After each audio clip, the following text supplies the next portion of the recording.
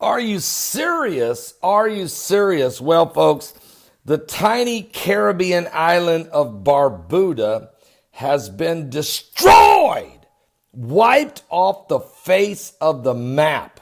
90% of the buildings completely ruined, just destroyed, as Hurricane Irma, this Category 5 monster of a hurricane, just bullseye, hit the little island of Barbuda. Now, it's completely devastated this tiny island, this powerful Atlantic Ocean storm. Around 90%, like I said, of the nation's structures and vehicles have been completely destroyed. At least 3 people killed on that island, according to Barbuda's Prime Minister Gaston Brown. Irma passed over Barbuda yesterday, and when it hit, it was doing 185 miles per hour winds. It was a Category 5, full force, okay? The storm has left a trail of destruction across the entire eastern Caribbean islands, leaving at least 8 people dead and 23 injured, and the storm is raging on. Barbuda is literally nothing but rubble. The entire housing stock was damaged. It is just a total devastation of this little island. According to Governor Brown, he said the island was barely habitable, and the damage caused by this 185-mile-an-hour winds are unprecedented. Now, 60% of Barbuda's 1,600 residents have been left homeless. Okay, and a 2-year-old child was killed as a family tried to escape a damaged home during the storm. Barbuda is situated between the Atlantic Ocean and the Caribbean Sea, forms part of the state of Antigua and Barbuda. Okay, so Governor Brown said that Antigua, the largest of the 2 islands, has been spared the worst of Hurricane Irma, but many private homes have been destroyed by the storm there as well. Another hurricane, Jose, is formed in the Atlantic, and it's spreading fears it could head toward the Caribbean islands that have already been ravaged by Hurricane Irma. And the U.S. National Hurricane Center has said there is no immediate threat from Hurricane Jose, which is a Category 1, which is currently far east of Irma, but meteorologists have warned that the storm's path could change.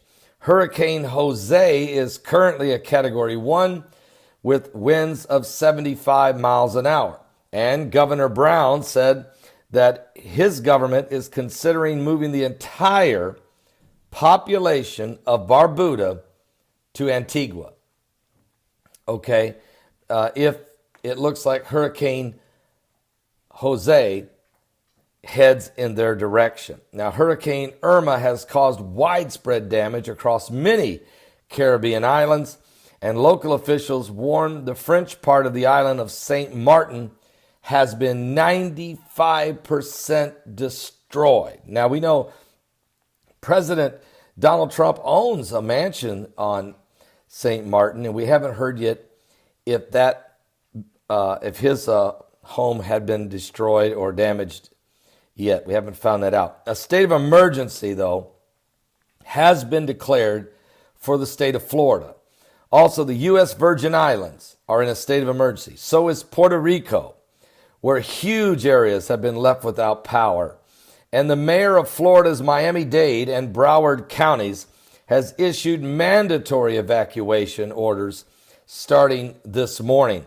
There are concerns that 80,000 residents of the southern Florida Keys, a tourist hotspot, is laying right in the hurricane's direct path. And Florida Governor Rick Scott strongly is urging people to evacuate and asking that they do so, and telling local officials to heavily encourage it. Okay, so Hurricane Irma's on its way to Florida. Now, there is some reports, some meteorologists, and there is some computer models that are saying that when Hurricane Irma gets right to the tip close to Florida, it's going to make a turn, okay? It's going to make a turn. The question is, there's about a 25-mile window If Irma turns sooner, it could miss the Florida coast and head up toward the Carolinas. If it waits and then makes the turn, it will go right into Miami, Fort Lauderdale, and just ride the coast of Florida. If it waits longer and then makes the turn, it will literally go up the west side of the state of Florida. And so we just don't know. I mean, and there's no way to know. And you're talking millions of people, billions of dollars worth of property hanging in the balance. But one thing's for sure, Florida Keys, I mean, you guys have got to understand, get out of the Florida Keys, okay? And now there's shortages of water, there's shortages of gasoline, there's all kinds of things happening right now.